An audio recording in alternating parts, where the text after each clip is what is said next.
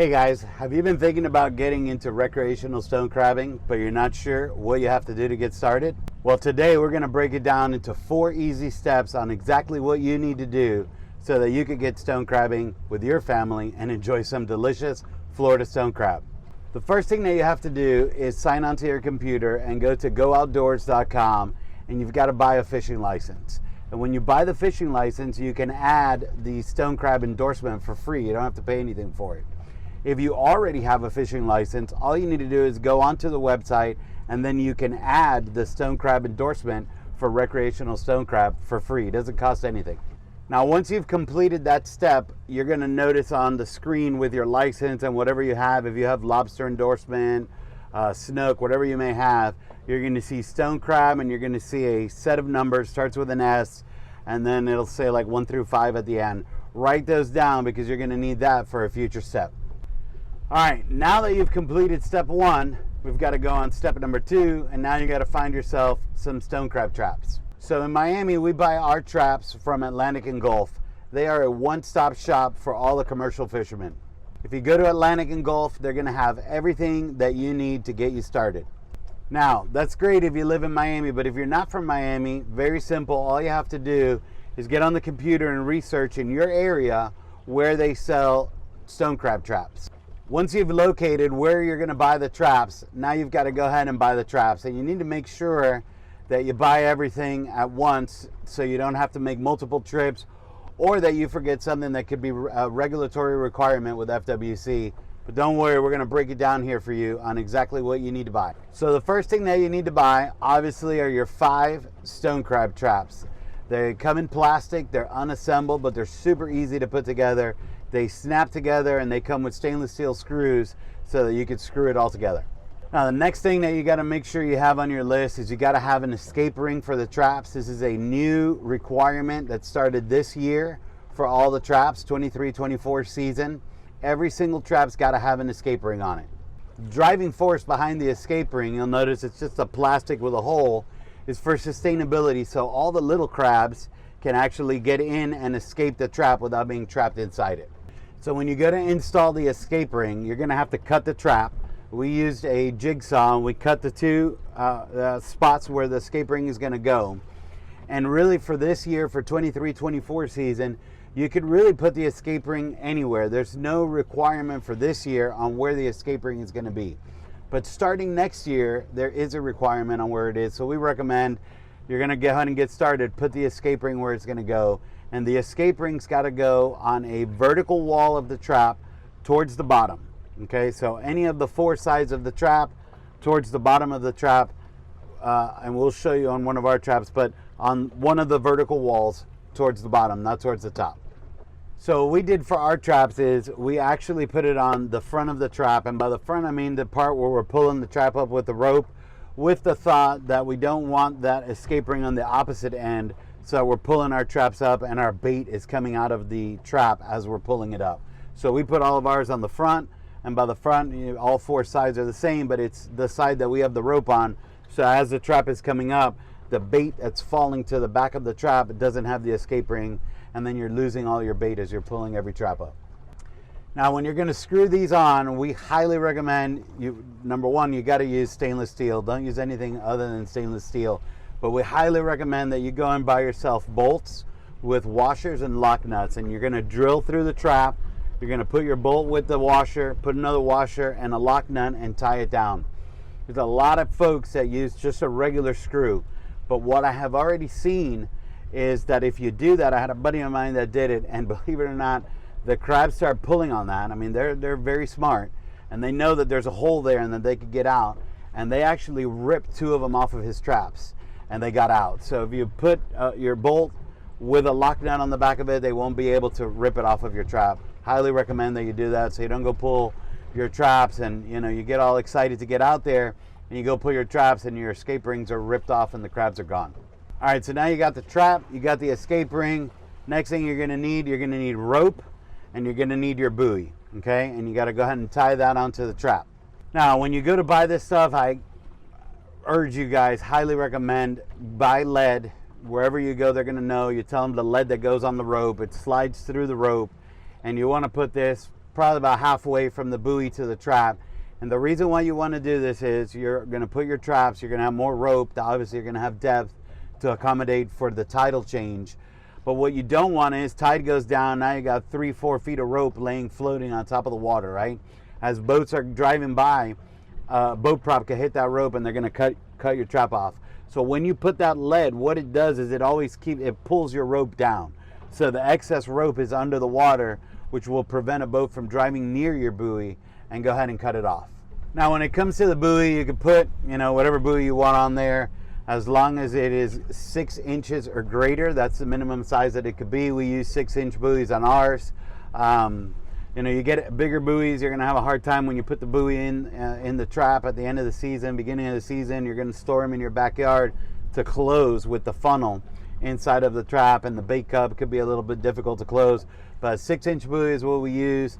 You can't go under 6 inches, but wherever you go, they're going to have that. And all the commercial guys use the 6-inch buoys as well. Now, the next thing that you got to do to your buoy is that you've got to place a letter R for recreational on the buoy, and it's got to be on the top half of the buoy, right? So when the buoy's in the water, if you picture it like a round sphere on the top part of the buoy, and FWC, anybody could drive by, see the R, and know that that's a recreational trap. Now, there's a lot of guys that'll take like a stencil. You could paint the buoy whatever color you want, and they take a stencil, they'll spray paint it, or they'll paint the stencil. We actually just engrave ours on there. It's what we do to our commercial traps as well. Super simple. You go and get a soldering gun from Harbor Freight, and you plug it in, you press it, it gets hot, and then you can just draw your little R right on the buoy, and it's engraved on there. And then the next thing that you're going to have to purchase if you want to use it, we use it in all of our traps, is a bait cup, right? And a bait cup is just a plastic cup that goes on the inside of the trap. We recommend that if you're going to put that on as well, that you take the same bolts that you use with your washer and your nut, and you drill through the trap and through the bait cup, and then you screw it in. You want the bait cup to have only one screw on it because you want to be able to turn it, right? So you open the trap, you want to be able to twist it. Sometimes you're going to find crabs in there. They go into the bait cup to eat the bait. You want to just go ahead and be able to spin it out. You got old bait, you spin it out, everything falls in the bottom of the trap, and you could put new bait in there. But I highly recommend that you use a bolt with a nut. Again, if you just use a regular screw, we've seen it happen where the crabs are yanking at this, they're inside the trap, they know there's food in there, they want to twist it to get the food out, and they can rip and pull that thing off. I mean, if you think about a stone crab, and we were reading this the other day, and it just amazed me the amount of force that they have, but the crusher claw on a stone crab can exert anywhere between 15 to 19,000 pounds per square inch. Just let that sink in. 19,000 pounds per square inch. So a little spot that big, 19,000 pounds. They could rip that thing right off. We were talking about the escape ring. They could rip that thing right off. So you want to have a bolt with a washer and a lockdown on the back of it to really prevent them from doing that. Now when you go to mount your bait cup in the trap, we like to mount our bait cups towards the top of the trap, because if the bait cup is to the top of the trap, once you close the lid, there's a very small gap that they can't take all the bait out. Now you're going to find there's going to be a lot of crabs are smart. They're going to grab their claw, they're going to twist it sideways, they're going to take the bait out. But the majority of the time what you're going to see is that bait cup is closed, the lid is there, and it's got holes in it. And so what happens is your bait is rotting, and as that's rotting in there, that smell that's circulating through the water is what's attracting the crabs to your trap. But if you put it too low, they're just going to go in there and have a feast. They're going to go and climb, get all that bait out, and they're going to eat it. So we recommend, it works great for us, put it towards the top of the trap, so when you close the lid, there's really not a lot of space that they could get in there. All right, so now that you've got all that done, you've got your escape rings on, you've built your trap, you've got your buoys, you've got your lead on your rope, you're ready to go. You got to pour cement in on the bottom of the trap. So that's simple. Just go to Home Depot, you can get cement and just pour it in. It's got a little lip on the bottom to where where the cement goes to hold it in. And then the next thing that you've got to do to make sure that your trap is legal and ready to go is in step 1, where I told you to write down those endorsement numbers. Go back and get that paper, and you need to label your trap. So your trap's got to have your name on it, and it's got to have that endorsement number on it as well, right? So they know the license that it's attached to it. Easiest way to do it without spending a bunch of money, get yourself a little Dremel tool. You can get that at Harbor Freight, super cheap, and you could go ahead and engrave that on the top of your trap with your name, your number on it, and then you'll be ready to go. All right, so moving on to step 3. Now you've got your license, your traps are ready to go, cement's dry, you're excited, you've got to secure bait. So if you're in Miami, very simple, the Florida Keys, there's a lot of people doing commercial crabbing, very easy to find bait, but depending on where you're at, it might not be as easy. So what we use in our traps is we use pig's feet and we use cowhide. Now we've got 120 commercial traps at the moment, so you got to buy the whole cowhide. I don't recommend you to get into doing cowhide, buying a whole hide, because it's going to last you an eternity. But there is a company out of the Northeast that actually sells cowhide in a 5-gallon bucket. You can order it. The guys that are doing the Maine lobster up north, they use it and they will ship it to your door. And so you could use the cowhide. We'll put the cowhide inside of the bait bucket. And the other thing is pig's feet. You could buy pig's feet anywhere. I mean, you could go to a butcher shop. I mean, the one that we use are not for human consumption, so they're used for bait, but you could literally buy them anywhere. Any butcher shop, anybody will have pig's feet. And the pig's feet is very good because it's very durable and it lasts for a long time. It lasts you, sometimes 2 weeks before you have to put another pig's foot into the trap. The other thing that works very, very well is fish carcasses, right? So if you're a fisherman, take all your fish carcasses, save them in a bag in your freezer. Then when you come out, you can put them in your traps. If you don't do a lot of fishing, you want to get into this recreational stone crabbing, I'm sure you could go to any one of your local marinas and people are at the fillet table cleaning the fish. They'll be more than happy to give you the fish carcasses. Just throw them in a garbage bag, throw them in your freezer, and you'll be ready to go. Now, if you're going to use fish carcasses, we recommend that you also use pig's feet, because what's going to happen is fish carcass works very well, smells really bad, and that's what attracts the crab. You got to remember the crabs are scavengers, so this scent is going to bring them to the trap. But when you throw those fish carcasses, it might only last for a couple days, 2-3 days max inside of the trap before it's gone. And if you're coming to your traps every week, like we would recommend that you pull them once a week and get them rebaited, your trap's going to fish for a couple days and then it's going to be sitting there without bait. So if you're going to use the fish carcasses, which we highly recommend that you do, if you can, I would throw some pig's feet and cowhide in there. That's going to last a couple weeks. And then you got all 3 things working in your favor. All right, so going into step 4 right here, the last and final step. You've got everything. Your traps are ready to go. You and your family are excited. You've secured a place where you can get bait. And I say secure because, remember, you're going to be going every single week. So you want to make sure wherever you're going to buy this stuff has it. Because if you've got a regular job, you're working, you don't want to be going to 10 different places on a Friday after work to be able to go pull your traps, right? You need a place, you're going to go there and you're going to go to Joe's butcher shop and Joe's going to have your pig's feet. So before you go and start crabbing though, there's some other things you need to buy. I would buy yourself a set of crab tongs, right? You want to be able to grab the crab out of the trap. We'd highly recommend that you do not use your hands at the beginning. You'll start feeling a little bit more comfortable and a little bit more brave, and you'll be able to grab the crabs. If you're going to grab them, you got to grab them by the back legs. They won't be able to turn their claws and bite you. But remember what I told you earlier about the crabs.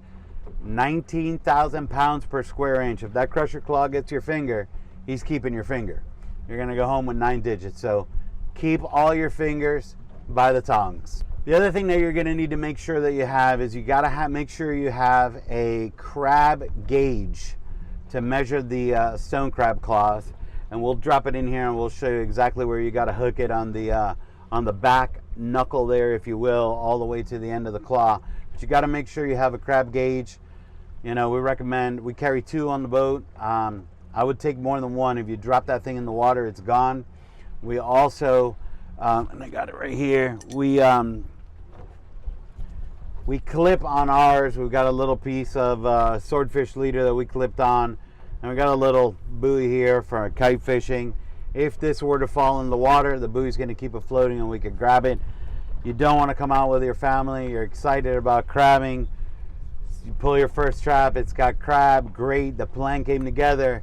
And then you drop your gauge in the water. Somebody drops it in the water. And now you can't measure any of the crab, right? And so now you got to go back and get a gauge. So get yourself a gauge. I would recommend get 2. But if you get one, if you get two, I would definitely do this to it. Go ahead and clip something on here with a little float so that it floats if it falls in the water. Now, we talked about measuring the claws. Getting caught with undersized claws is a felony. So I'm going to pause and say that again. It is a felony charge to be caught with undersized stone crab claws. So you want to make sure you measure correctly, and once you break that claw off, that the claw is the right size. The other thing that you're going to need to know is the bag limits for recreational stone crab. So the bag limit, as the rules will state when you read it, it's going to tell you that every angler is allowed to get 1 gallon's worth of stone crab claws. So now if you're thinking about it and you say, well, I'm going to go into it with my wife and I'm going to bring my brother-in-law with me. So now you got 3 people. The daily vessel limit is only 2 gallons. Okay? So it doesn't matter how many people you got doing this with you. The limit, the maximum that one boat can come back with is 2 gallons. So make sure that you guys know that as well. And then the last thing that I really want to make sure you guys understand from a regulation standpoint is you could get 5, your wife could get 5. If you have your brother-in-law, like we mentioned, sister-in-law, everybody could get 5, okay? You can't go back with more than 2 gallons per day on the vessel with more than one person that has a license on the boat. The other thing that I would tell you is it is also a law, and you will get arrested if you don't follow this. And we don't want anybody to get arrested and they're trying to do something fun with their family, is if you and your spouse get 5 apiece, okay? Each person's got to be on the boat when you're pulling the traps, and every person has to pull their own traps, okay? So very important. If I have 5, my brother's got 5, my brother needs to be with me on the boat when we get stopped by FWC, and he's got to pull his own traps, okay? So very important. We don't want anybody to get started in this, not know the rules, and wind up with a felony, get in a lot of trouble with FWC. Not worth it for a crab. All right, the other thing to know, guys, is when you're taking off the claw on a stone crab will regenerate their limbs, right? So they actually have a defense mechanism. Now you think if you're a predator and you're going to grab the crab and they got their claws out like this, they're gonna grab hold of a claw. And so if that happens to them, they actually let go of their claw the same way that a lizard, if you were to grab a lizard by its tail, you're going to keep the tail in your hand and it's going to get away. And they do that because they will regrow another claw. The only caveat to that is if you crack off the claw and you do it incorrectly and that joint is not broken off clean, the crab's going to bleed to death and it's going to die. So what we do is we take a little knife and we'll drop it in here and we'll show you, and you just pinch the crab in the joint. Now, once you pinch the crab in the joint with the knife, the crab is automatically going to feel danger and it's going to release the claw. This is going to give you a surefire way that every time that you take a claw from a crab and you stab it and you pinch it right in the joint, it's going to let go of the claw, and that claw will be able to regrow on the crab and it's going to go ahead and live. All right, guys, so now you've got your traps, you've secured your bait place, you know all the regulations for FWC, you are set and you're ready to go and deploy your traps. We hope that this video will not only teach you what to do for stone crabbing, but also create new folks that are getting on the water, spending quality time with their family. And I will tell you, as an extra bonus, you're going to eat some of Florida's most delicious sought-after seafood. And I'll tell you, if you get into stone crab, if you live in Florida, you know about stone crab, but 95, 98, I think I read something about that, 95, 98% of all the stone crab that is harvested is coming from Florida. So almost exclusive to our state. We hope that you get out there with your family, you enjoy some good times like we do with my wife and the kids and the baby. Please hit the like button, smash that subscribe button so you stay up to date with all of our content, and thank you for watching.